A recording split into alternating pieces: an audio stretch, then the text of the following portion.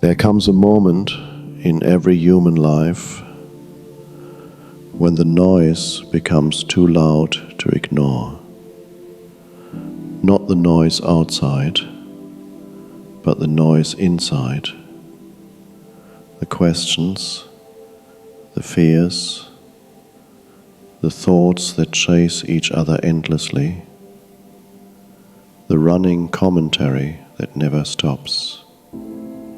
For most of us, this inner noise has been our companion since childhood. We learned to live with it, to accept it, to even believe it was us. But one day, something changes. Maybe it happens during heartbreak, maybe during grief, maybe when your health scares you, when your plans fall apart, when life becomes too heavy to carry the same way.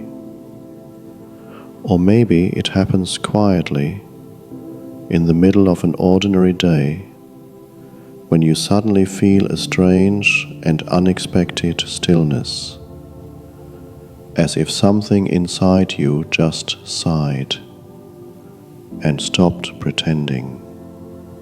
In that moment you realize, I am not my thoughts, and I never was.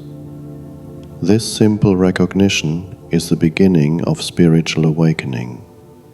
It does not feel like fireworks. It feels like finally taking a breath you didn't know you were holding for 40, 50, or even 70 years. Awakening feels like coming home after a lifetime of being lost inside yourself. But awakening also comes with a surprising truth, something almost nobody tells you. Awakened people rarely speak of the things that matter most. Today, I want to share with you the 5 spiritual truths awakened people almost never reveal. Not because they are secret, but because they cannot be spoken in the way ordinary things are spoken. Let's begin. When awakening begins, the first impulse is enthusiasm, a sudden desire to tell someone, anyone, what has happened. You want to say, I finally understand what I am. I finally feel alive. I finally see clearly. You want to describe the peace, the clarity, the sense of stepping out of a dream you didn't know you were trapped in. But very quickly you discover something painful and humbling. What happened to you cannot be explained. You try to find the words, but they break apart in your hands. You try to describe the clarity, but language bends it into shapes that are too small for the truth. And when you share it with someone who has not awakened, you see something in their eyes: confusion, distance, or polite disbelief. They may even think you've become strange, dramatic, or overly philosophical. And inside you realize you cannot describe light to someone who has only ever lived in shadows. Not because they lack intelligence, but because their language has not yet expanded to hold what you are trying to express. The awakening is not an event. It is not something that happened to you. Awakening is a shift in the center of your identity, from the mind to awareness. And awareness cannot be turned into sentences. This is why awakened people learn to stay silent, not out of secrecy, but out of respect for the truth. The deepest things cannot be spoken, they can only be lived. Before awakening, you believe that everyone suffers like you, everyone thinks like you, everyone should walk the same path you walked. But after awakening, something becomes very clear. Every soul walks a different road.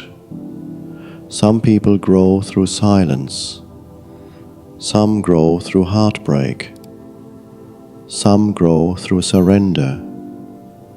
Some grow through collapsing, breaking, screaming, failing, losing everything, or losing everyone. Your method, whether it was meditation, breathwork, journaling, solitude, prayer, nature, silence or stillness, was medicine for your unique wound. Someone else has a different wound. Your medicine could be their poison. This is why awakened people rarely say, "This is how I did it. Do this too." Because the moment you give someone your method, they stop listening to their own inner wisdom. They follow your footsteps instead of discovering their own. And imitation kills awakening. Because awakening is not something you learn, awakening is something you remember. You remember what you already are. So awakened people guide gently, not by prescribing, but by encouraging others to listen inward. The real teacher is inside you, and awakened people know not to interrupt that teacher. One of the most shocking parts of awakening is how clearly you begin to see other people. You see their fear hidden behind arrogance. You see their loneliness hidden behind control. You see their childhood wounds hiding behind their anger. You see their longing hiding behind their pride. And you want to help deeply, genuinely.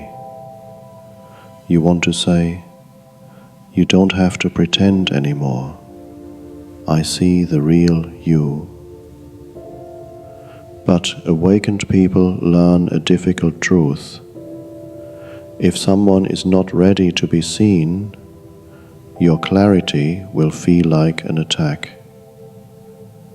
People cling to their illusions not because they want to suffer, but because their illusion is familiar. It's what they know. It's what once kept them safe. Revealing truth too early is like shining bright sunlight into the eyes of a newborn. It blinds them. It overwhelms them. It pushes them deeper into their shell. So awakened people stay humble and quiet. They do not interrupt the timing of another soul. They let each person's illusion mature until the moment they are ready to let it fall. Awakened people trust the organic intelligence of life. They trust that everyone awakens at the moment that serves their evolution, not a moment sooner. At some stage of awakening, you encounter something that changes everything. The you believed in is not who you are. Your identity, your personality, your history, your beliefs, your emotional patterns is not the real you. It is a temporary shape taken by something infinite. Your self dissolves like a dream, and behind it you find a presence without form, a stillness without limits, a consciousness without edges. To the awakened, This realization feels like freedom, a liberation from the prison of me. But to the unawakened, this truth sounds terrifying. Tell someone, "You are not who you think you are," and they'll panic. Tell someone, "There is no solid you," and they'll feel threatened. Tell someone, "Everything is one," and they'll hear, "Nothing matters." Because the ego cannot imagine its own absence. It hears freedom as death. It hears spaciousness as emptiness. It hears oneness as meaninglessness. This is why awakened people keep this truth sacred. They reveal it only to hearts that are ready, hearts that have already tasted something beyond thought. To everyone else, they speak in symbols, metaphors, parables, or silence. Because some truths cannot be given, they can only be discovered. Awakening doesn't make you special, it makes you simple, wonderfully simple. You stop needing recognition, you stop needing validation, you stop needing to be understood, you stop performing, you stop pretending, you stop trying to prove anything. You become ordinary, but in a way that is extraordinarily peaceful. You pay your bills, you wash your dishes, you wait in line like everyone else.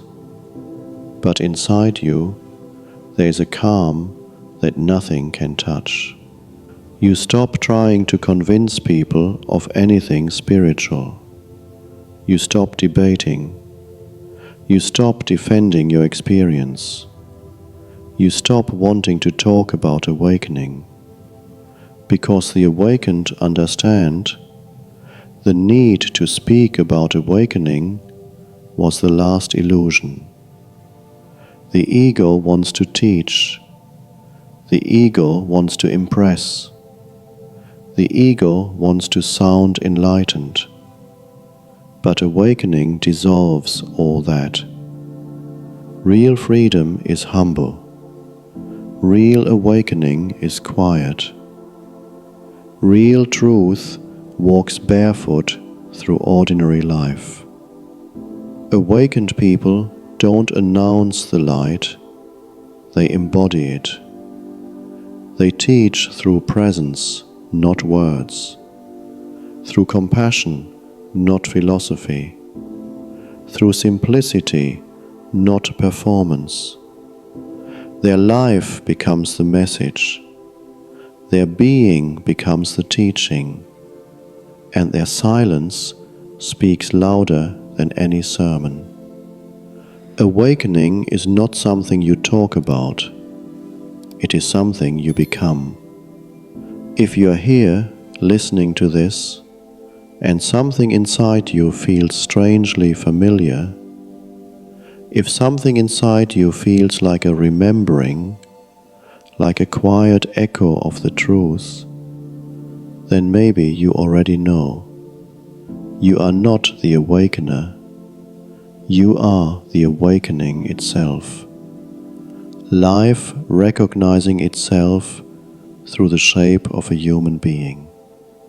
There is nothing to attain, nothing to lose, nothing to prove, nothing to explain.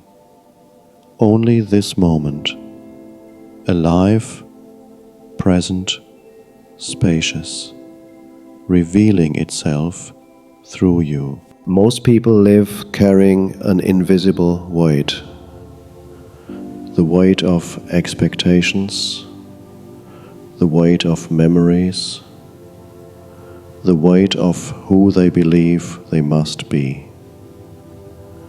Awakening doesn't remove challenges. but it removes the unnecessary suffering wrapped around them. You stop carrying the past like a burden. You stop dragging a version of yourself that no longer exists. And here's the part awakened people rarely say. Letting go is not an achievement. It is simply remembering that you were never holding anything. This truth sounds simple, but it can only be understood through lived experience. Awakening dissolves rigid morality, not because ethics disappear, but because compassion becomes natural. You see that every person acts from the level of consciousness they currently have. Some are driven by fear, some by anger, some by confusion, some by deep wounds that no one else can see. Awakened people rarely speak about this shift because it sounds dangerous. It sounds like moral chaos. But in reality, it creates the opposite. When the judgment fades, love finally has room to act, and love becomes the quiet compass of your life. There is a kind of loneliness that appears after awakening, not because you are isolated, but because you can no longer return to the world in the same way. You see through things. You feel more deeply. You are no longer entertained by what once distracted you. And yet, this loneliness is not painful. It is spacious. It is peaceful. It is like standing on a mountain and realizing most people are still climbing. You could shout down to them, but they wouldn't hear you. Not yet. So you walk quietly, letting your footsteps become the invitation.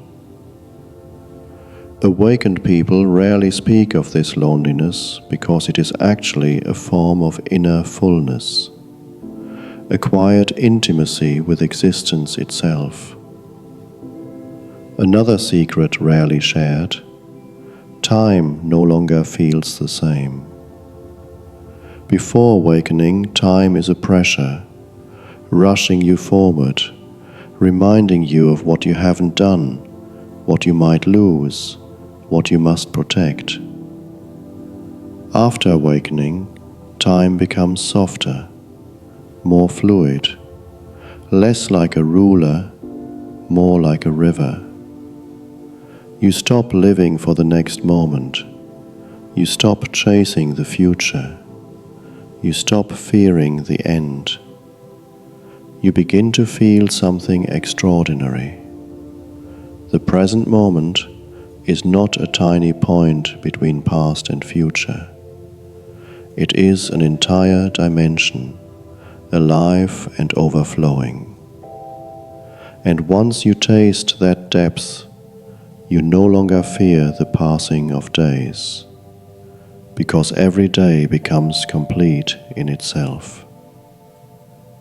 Awakening does not make you superhuman. It makes you deeply human. You still feel sadness. You still feel frustration. You still make mistakes. You still bleed, break, and begin again. But now, you no longer resist what you feel.